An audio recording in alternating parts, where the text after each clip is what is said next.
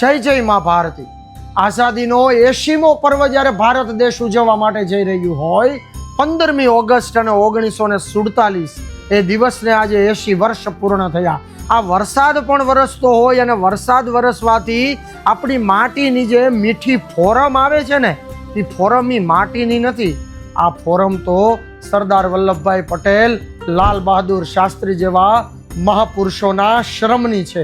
આ ફોરમ તો ભગતસિંહ, સુખદેવ, રાજ્યગુરુ, ચંદ્રશેખર આઝાદ, લાલા લજપતરાય જેવા વીર પુરુષોના એ બલિદાનની છે. આ ફોરમ તો આપણા સૈનિકોએ જે લીલા માથા આપ્યા છે ને, એના લોહીની આ ફોરમ છે. આ ફોરમ તો ભારત દેશની સતીઓ, નારીઓ ના એ બલિદાનની છે. આ ફોરમ એ તો ભારતના શૂરવીરો અને સંતોની આ ફોરમ છે. ત્યારે કાઠિયાવાડની લોક સાહિત્ય પરંપરાની એક સુંદર મજાની કવિતા ભારત માતાને સમર્પિત કરતા કવિ લખે છે: ધરતી ધ્રુજે ડુંગરા ને ગુંજે નવ નિશાન, માત તારી ભૂમિ પર બલિહારી બલિદાન. હે ભારત ભૂમિયા, તું જગનો છો આધાર, તે દીધા શુરા અહીં અમર તારો પુકાર.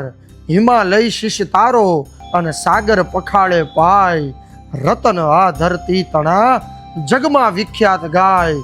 અરે ઝાંસીની અમારી રાણી અને ભગતસિંહ બળવંત, તેની લોહીની ધારે જાગ્યો છે જાગૃતવંત.